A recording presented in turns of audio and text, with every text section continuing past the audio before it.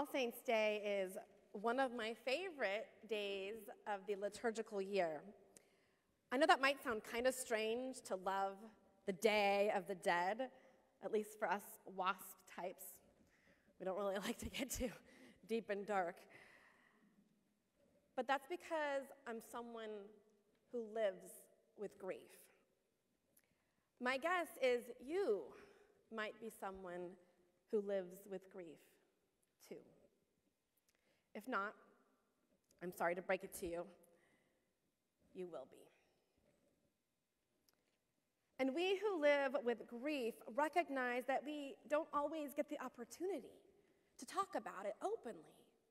It's the kind of thing we keep to ourselves or speak about in hushed tones so as not to disturb anyone with our heartbreak, the pain, and talk about dead people. Society doesn't want us to show our grief. It's not something that we really get to do out loud. We often don't have the language or know what to say when others are grieving and are perhaps too hurt or embarrassed or uncomfortable to talk about our own grief. We hear a lot about closure as if it's something we can actually attain. Like we will make our way through those 5 stages of grief and get to the end and be done. Whew. But rather, those of us who live with grief know that it circles back. It jumps back and forth between stages, anniversaries, holidays, birthdays, places, smells, songs, sounds. Almost anything can bring us back. And we're in a new stage again. It's fresh once more. Time makes a difference, but it doesn't heal all wounds. What helps, I find, though, is acknowledging our grief, not suppressing it, having a safe space, a sacred space to express it. It doesn't make it go away, but when we are free to let our grief wash over us, it is free to pass by. And yes, return again, to come in waves and pass by. But that's the thing, it never really does go away. And for me, I'm okay with this. I suppose because to not be okay with it would leave me stuck, wishing I got to closure, whatever that is, and frustrated because it never seems to come. And I feel like if I had closure, I would be missing something. See, the problem is that we don't have this shared space in our culture beyond church to really talk about this kind of thing. Nobody ever taught us how to grieve. And I think that's because for as advanced as we've come in so many ways, we've regressed in our ability to deal with death. Just think about it. We live in a society where we do everything we can to keep death away with anti-aging creams and injections and surgeries. We do our best to stave it off as long as possible. We don't even want to look like we might die anytime soon. It's this thing we try to keep away from, so much so that we have removed ourselves from the familiarity of it. Where once the majority of people died in their homes, now the majority die outside the home. It used to be that all funerals took place within the church, and then their bodies would be buried right next door in the church cemetery. We were never all that far from our dead, but we've long since moved away from that tradition, certainly not in planned Irvine. We want to keep our distance. That's so scary. We don't have control over it. We're not sure how to approach it. Now, we read books about how to grieve. We find a good therapist because we haven't passed on a tradition of living well with death. No longer do we live in these multi-generational homes where everyone's together. We don't watch our great-grandparents and our grandparents die in the living room. We don't all gather for a vigil to share the stories and the food and the laughter. Our Jewish brothers and sisters, they still sit Shiva. I'm sure there's other traditions. But really, in so many ways, we have lost so much of our own tradition, which forced families to reinvent it as we go.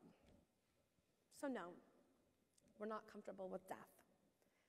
We don't know what to say to the grieving, so sometimes we say nothing out of fear of reminding someone that their loved one is dead, as if they don't know it themselves.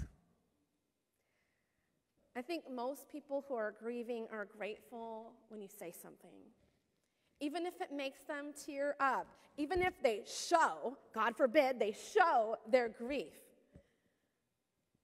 Precisely because you gave them the space to grieve. You give them permission to be seen, to connect in a way that isn't superficial, but invites the real to come forth from the deep.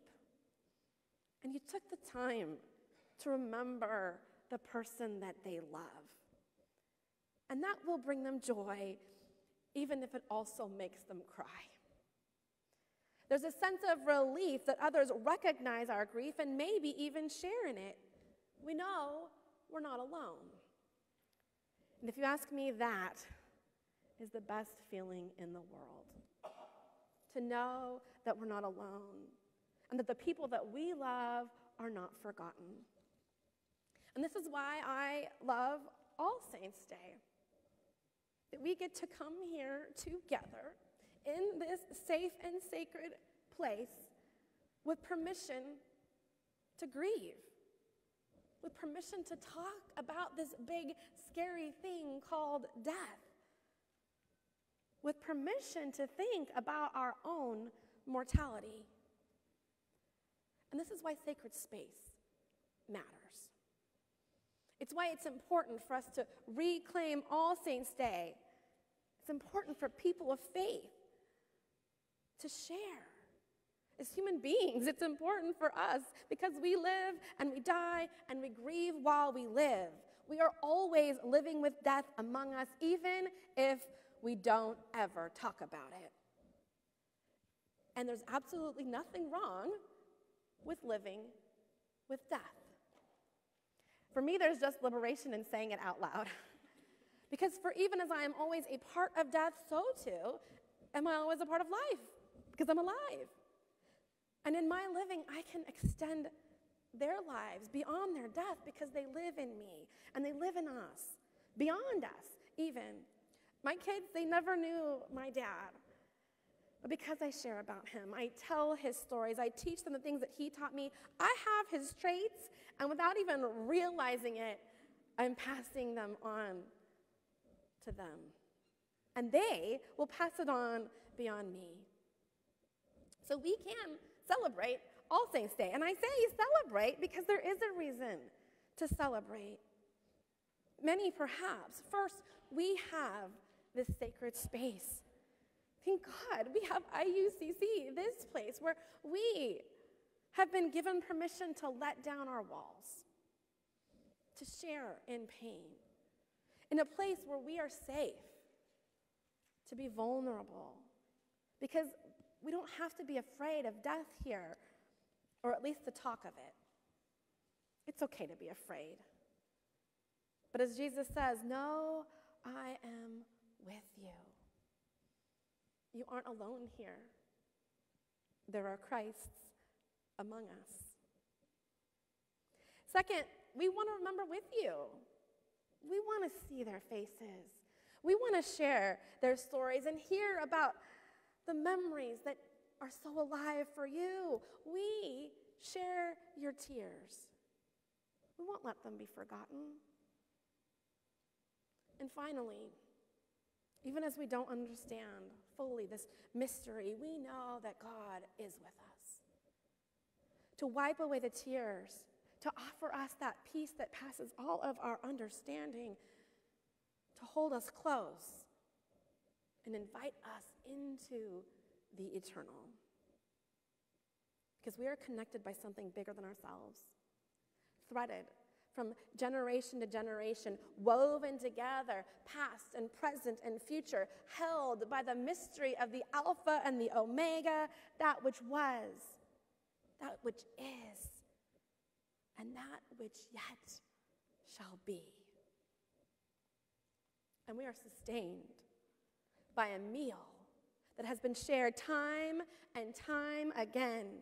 A meal that began with Jesus and continues with us in our eating and our drinking and our sharing. Jesus lives in us, and we then carry on his legacy as we carry on theirs, gathered with a great cloud of witnesses. Here, all the saints come to the table. And in our remembrance, we give life as we share in the bread. We become blessings as we drink from the cup of blessings. We live as Christ's when we eat his meal. And so it is that we remember and we break the bread